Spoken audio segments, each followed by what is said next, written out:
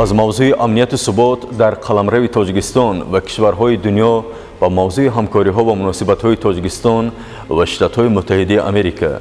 با سپری گشتن 28 سال از تاریخ دیپلمات تاجیکستانی صاحب استقلال، امروز سیاست خارجی جمهوری تاجیکستان به مرحله پیشرفت و شکوفایی وارد شده. تحت اراده سیاسی و تلاش و اقدام‌های بنیادگذار این دیپلمات موفق، اساسگذار صلح و وحدت ملی، پیشوای ملت، پرزیدنت جمهوری تاجیکستان محترم امام رحمان، امروز جمهوری تاجیکستان عضو کامل حقوق جامعه متمدن جهان و دولت پرتشبث‌ترین در عرصه بین المللی در بین بیش از 197 دولت اعضای سازمان ملل متحد به شمار می رود. رشد همکاری‌ها و مناسبت‌های باثمر میان جمهوری تاجیکستان و شتات‌های متحده آمریکا نیز موفقیت نظررس در سیاست خارجی تاجیکستان در زمان صاحب استقلالی شهادت می‌دهد. این گزارش از همکاری و مناسبت‌های سودمند میان دوشنبه و واشنگتن حکایه می‌کند.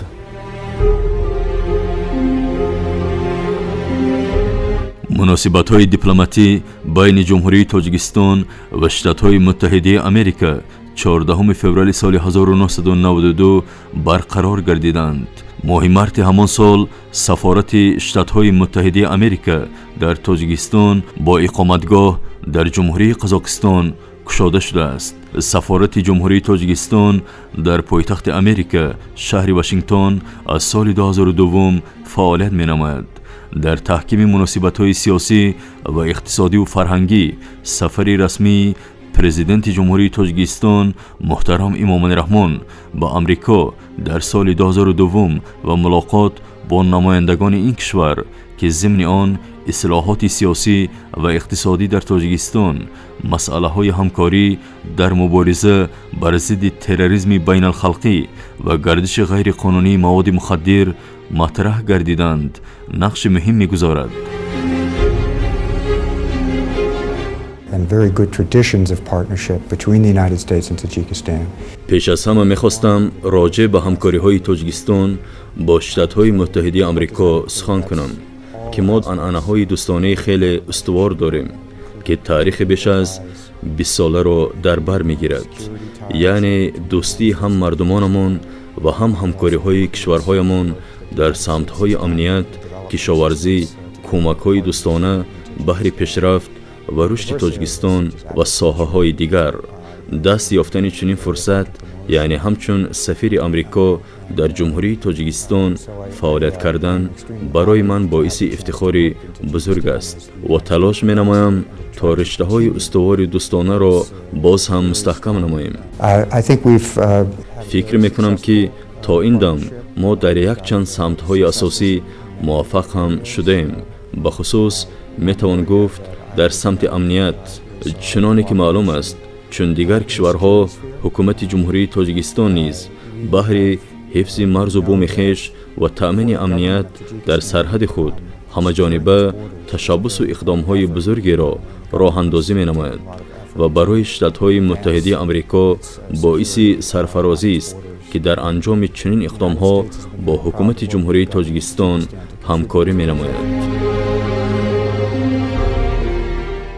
در شرایط فعلی جهان، جمهوری تاجیکستان و شتات‌های متحده آمریکا مشورت‌های سیاسی را به صفت ابزار مهم برای تقویت مناسبت‌های فراگیر استفاده می‌برند. تاکنون جانب‌ها 34 سند را در ساحه‌های تجارت و اقتصاد، همکاری حربی تکنیکی، مبارزه با تروریسم و گردش غیر قانونی مواد مخدر به امضا رسانیدند. از این مقدار 22 سند را سازشنامه‌های بین حکومتی تشکیل می‌کنند. همکاری‌های ما با این دولت در بخش اقتصادی ساحه‌هایی را در بر می‌گیرد که در تطبیق استراتژی ملی رشد مساعدت می‌نماید.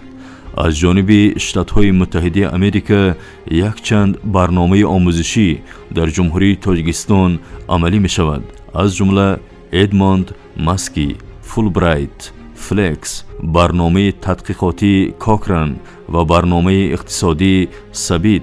موافق برنامه‌های مذکور، حکومت شتات‌های متحده آمریکا هر سال جوانان و عالمان تاجیک را برای دانش آموزی به شتات‌های متحده امریکا دعوت می‌نماید و همزمان فعالیت‌های سودمند شرکت آمریکایی USAID در بخش‌های آبرسانی، رشد ساحه کشاورزی، تندرستی و غیره در قلمرو جمهوری تاجیکستان خود ثمره مناسبت‌های دوستانه دو کشور به شمار می‌رود. باید گفت که با همدستی سفارت امریکا در دوشنبه و در اساس همکاری‌های دوجانبه تاجیکستان با این کشور مناسبت‌های علمی و فرهنگی و انسانی رشد یافته، در این زمینه کودکان معیوب و احتیاجمند دستگیری یافته و برای تنصیحاتی و بهداشت آنها کارهای خوب و نظررس به انجام رسیده است. همچنین برنامه‌های مشترک معین در سمت تندرستی امروز فعالیت دارند، خصوصاً مبارزه بر ضد بیماری سیل، دستگیری و طبابت آنهایی که به این بیماری گرفتارند، طبابت بیماری‌های کودکانه در همکاری با متخصصان تاجیک، غذای کودکانه و دیگر برنامه‌های صحوی با مقصد بلند برداشتن درجه کسبیت کارشناسان و متخصصان تاجیک که امیدواریم برای جوانان کشور که آینده ساز این دولت هستند خیلی مهم خواهد بود.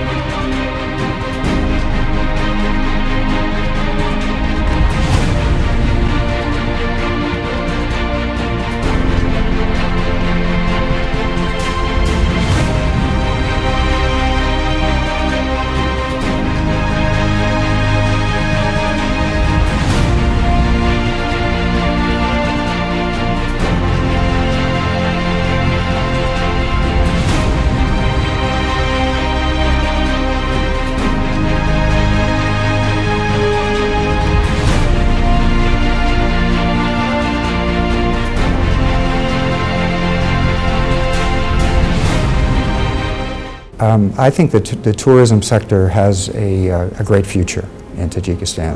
در اساس برنامه‌های گوناگون سیاحی، همکاری‌های ما با حکومت جمهوری تاجیکستان در حال تحکیمیابی است، چون شماره سیاحان به آسیای مرکزی روز به روز زیاد شده ایستاده است.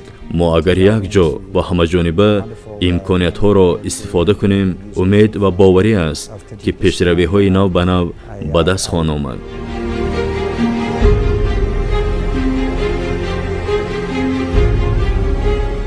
و حالا در اساس همکاری ها میان تاجیکستان و امریکا، شهر دوشنبه با شهر بالدر امریکا برادر شهر می باشند.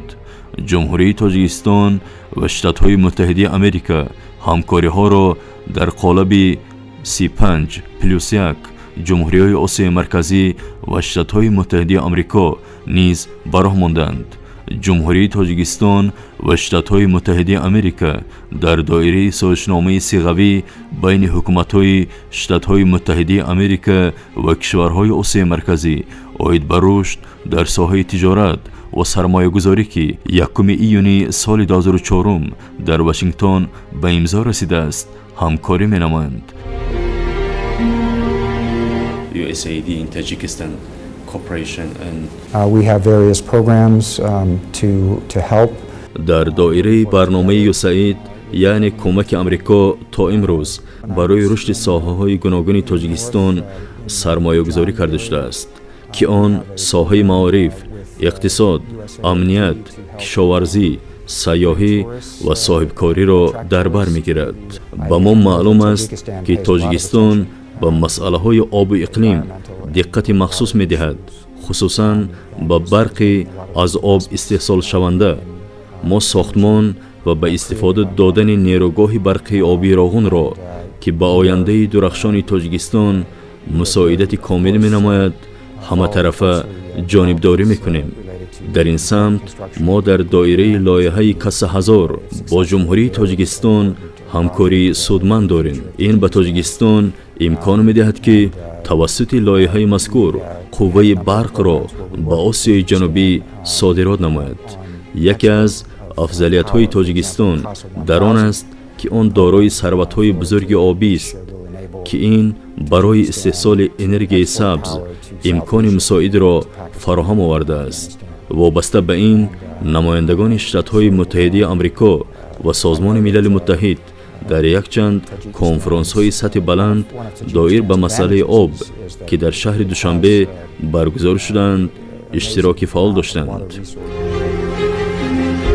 از جانب دیگر، اشتراک نمایندگان والا مقام شتات‌های متحده آمریکا در چاره‌بینی‌های سیاسی و امنیتی و اکولوژی جمهوری تاجیکستان از قبل کنفرانس بین المللی سطح بلند عاید به تطبیق عملی 10 ساله بین المللی آب برای رشد استوار سالهای 2018 و 2028 در شهر دوشنبه کنفرانس بین المللی مبارزه بر ضد تروریسم و افراطگرایی خشونت‌آمیز و غیر از چاره‌بینی‌های سطح بلند خود از رشد استوار همکاری‌ها و مناسبت‌های دوجانبه میان جمهوری تاجیکستان و شتات‌های متحده آمریکا شهادت می‌دهد.